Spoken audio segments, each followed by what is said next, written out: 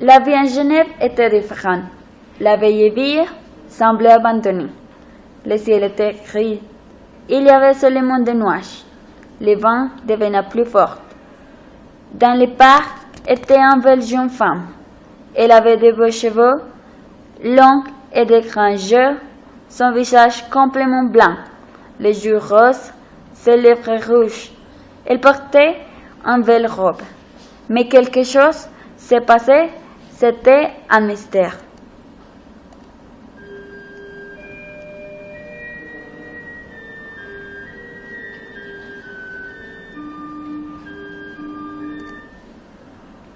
Mademoiselle Julien Bromfrecht, je vous prie de ne pas que me résistante. Je suis le commissaire Morin et je vous demanderai de me suivre bien gentiment. Mais qu'est-ce que vous me voulez? Mademoiselle Bromfrecht, vous êtes soupçonnée d'avoir assassiné Irène Pavlovitch. Le corps d'Irène a été retrouvé en minuit par son meilleur ami pendant ce temps au commissariat. Bon, mademoiselle, vous êtes un danseur également que mademoiselle Irène. Où est-ce que vous êtes hier soir quand Irène est morte? Quelle relation aviez-vous avec elle? Étiez-vous amis? Le matin suivant, vers 8 heures, Maître Schneider, l'avocat de Julien, se présente au commissariat. Il est un homme gracieux, son visage maigre et lisse, ses cheveux lisses. Il finit toujours par obtenir ce qu'il veut. Il a connu à Julien dans le théâtre. Billard, emmenez-la dans sa cellule. Elle s'est refusée de parler. Il faut attendre son avocat, car maintenant, il n'y a pas plus de doute. C'est bien elle qui a tué Irène Pavlovitch.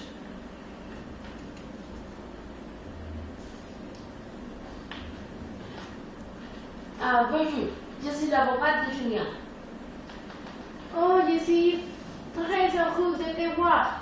Oui, c'est pour votre client. Pensez à votre client, pensez à votre quartier. Il a des tasses sur Genève. Au moins un certain. Si vous donnez des détails, vous serez plus crédible. Vous verrez, tout marchera. Oh, commissaire, Morin, ma cliente voudra faire une déclaration. D'accord, je suis tout œil. Voilà, c'est vrai, le soir avant le spectacle, je suis allée trouver Irène chez elle. Nous nous sommes disputés au sujet de Boris. Nous nous sommes même battus dans la lutte. Elle a dû marcher quelques chevaux. Quand je suis partie, elle était encore vivante. Nous nous sommes réconciliés. D'ailleurs, elle attendait quelqu'un. Savez-vous de qui il s'agit? Non, je ne pourrais pas vous le dire, mais c'était sûrement un homme, car elle était maquillée et habillée avec beaucoup de soin. Vous l'avez vu arriver? Non, mais j'ai vu sa voiture. C'est un Bugatti rouge, vous savez. Une de ces voitures de collection. Nous n'avons pas trouvé des autres peintres que les vôtres et celle de la victime dans l'appartement d'Irène Pavlovitch. Comment expliquez-vous cela? Je vous dis la vérité, mais si je l'ai testé, Irène, je ne l'aurais jamais tué. Durant la deuxième nuit après son arrestation, Julien ne reçut toujours pas. Quand elle va dormir, elle pensait qu'elle allait passer sa vie en prison. Qui vous a tiré du lit à 1h ce matinée? Il y a quelque chose qui me chiffonne. Ah bon, et quoi? Vous n'étiez pas content? Et vous savez votre coupable? Allez à Caen, à Billy. Elle avait une mobile pour la tuer. Alors, que cherchez-vous de plus? C'est ça? Justement, Billard. C'est trop simple, trop stupide. Il y a trop d'indices, trop de preuves, trop de tout. Mais enfin, qui vient faire ces satanés mesures que j'entends à toute bout de champ? Oh là là, commissaire. Je crois que vous réfléchissez trop. C'est sûrement une nouvelle plaisantante qui veut uniquement s'amuser. Je ne sais pas, mais vous vous rappelez le jour où on arrêtait à la danseuse, elle se dirigeait vers cette chapelle et la musique était là. puis de nouveau au téléphone. Et enfin, je suis convaincu qu'il y a un rapport direct entre ces musiques et l'assassinat d'Irving Pavlovich. Il faut enquêter là-dessus. Tenez d'abord, cherchez-moi qui sur Genève possède une Bugatti russe. Il ne doit pas y en avoir de masse. Vous pensez que la danseuse vous a dit la vérité? Avec ou sans confession, je suis certain que Julien von Brecht est coupable. Commissaire, regardez ce que j'ai trouvé. Sur la liste des propriétaires de Bugatti Roche, voteur de collection, il n'y a que 2 noms et tous les deux sont intéressants. Maître Albert Schneider, avocat de Mademoiselle Bonbret, et la danseuse. Objet de la dispute entre Mademoiselle Bonbret et Mademoiselle Pavlovich. Et le dénommé Boris Pietrovitch. Alors, qu'est-ce que vous dites de cela? Le commissaire se dirige chez Maître Schneider. Bonjour, l'avocat de Schneider vit ici? Bonjour, oui, monsieur. Qu'est-ce que tu as besoin? Je vais parler avec lui. Oh, monsieur. Alors, s'il vous plaît, voulez-vous vacciner dans le petit salon en attendant que j'annonce votre visite? Bien sûr, j'attends. Le commissaire, sans s'attendre, il promenait dans la maison en voyant le peintre.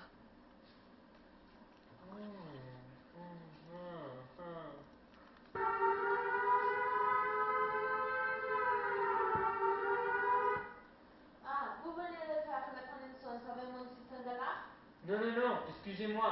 Je seulement voulais voir si la signature de Picasso se trouve au bas du tableau. Ah, ne t'inquiétez pas. Plutôt dites-moi à quoi dois-je l'honneur de votre visite. Eh bien, vous possédez une Bugatti russe? C'est exact. Vous allez me demander si le soir, depuis, j'avais rendez-vous avec Irène. Eh bien, non, mon cher ami. Je m'étais rendu à Milan pour des affaires avec ma Bugatti rouge. Vous pouvez me dire, Monsieur Di Benedetto, c'est vous le père de la presse. Je suis arrivé à Venture et à cet ébour, Irène a déjà été tuée. Je n'en doute pas. Et enfin, donnez-moi quand même ce numéro de téléphone.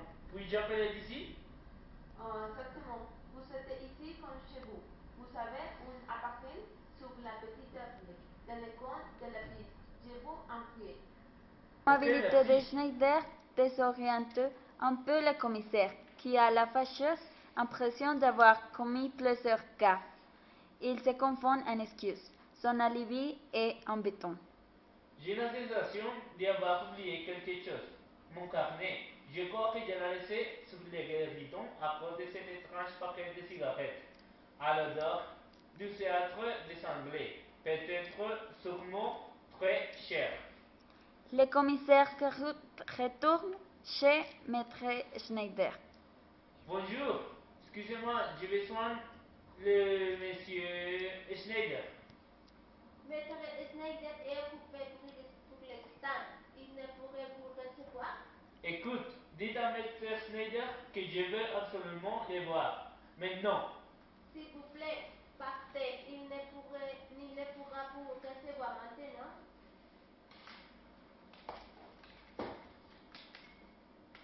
Je vais appeler la police. Bon, je suis la police. Ah, vous, réveillez-moi, commissaire. Cette musique, c'est donc vous? Que voulez-vous dire par là? De quoi m'accusez-vous? La mère branche et la musique, vous êtes franchement ridicule. Je vous prie de m'excuser. Je n'ai en effet aucune preuve. Mais croyez bien que je vous ai à l'œil. Ah, mon cher commissaire, vous êtes pathétique. Ha ha ha ha ha. Le commissaire retourne à la commissariat.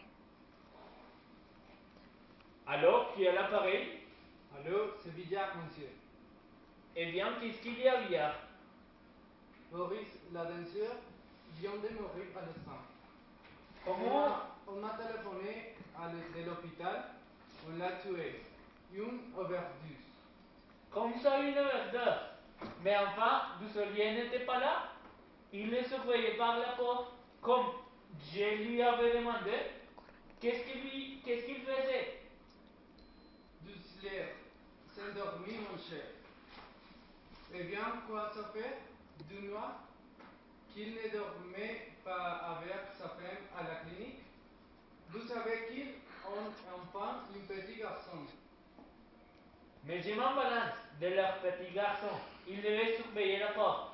Oui ou non? Oui, mon cher, mais il est endormi 2 secondes. Je travaille avec les abris. Voilà, je travaille avec les abris. Une demi-heure plus tard, Morin est en train d'arpenter nerveusement les couloirs de l'hôpital. Il interrogeait tout le personnel. Je crois que quelqu'un a assassiné à Boris. Pourquoi l'a-t-on éliminé? Pourquoi il ne parlait pas ici? Cela veut donc dire que ce n'est pas lui le coupable et qu'il savait quelque chose sur le mort d'Irène. C'est une de ces cigarettes de luxe qui ont un odeur de tabac, un peu sucré, peut-être une marque anglaise. Cette odeur, je l'ai déjà sentie dans quelque part. Bien sûr, suivez-moi. Mais enfin, chef, qu'est-ce qu'il y a? Vous partez comme une fuse et vous ne me dites rien. Je vous expliquerai en route. Prenez le volant. D'accord, mais pour aller où? Au commissariat, bien sûr. Arrivé au commissariat, Morat sort et se précipite vers les cellules de garde à vue. Alors, mademoiselle, vous n'êtes pas plus si fière. Ça, c'est à vous de me l'expliquer. Expliquez quoi, commissaire? J'aimerais de nouveau entendre votre version. Comme ça, vous m'avez déjà interrogé. Mon avocat n'est pas là et je ne vous parler. Je m'en compte en balance de votre avocat. Reprenez depuis le début. Vous avez dit. Oui, j'ai vu Irène le soir du meurtre, mais ce n'est pas moi qui l'ai tué. Je vous le jure. Non, racontez-moi plutôt cette voiture que vous avez vue. Il y a un Bugatti rouge qui attendait des sorts. Je suis sûre que c'était Boris qu'Irène devait voir. Tiens, ça c'est nouveau. Qu'est-ce qui vous fait dire cela? Je ne vous l'avais pas dit, mais il y a un billet sur la table d'Irène et je l'ai lu.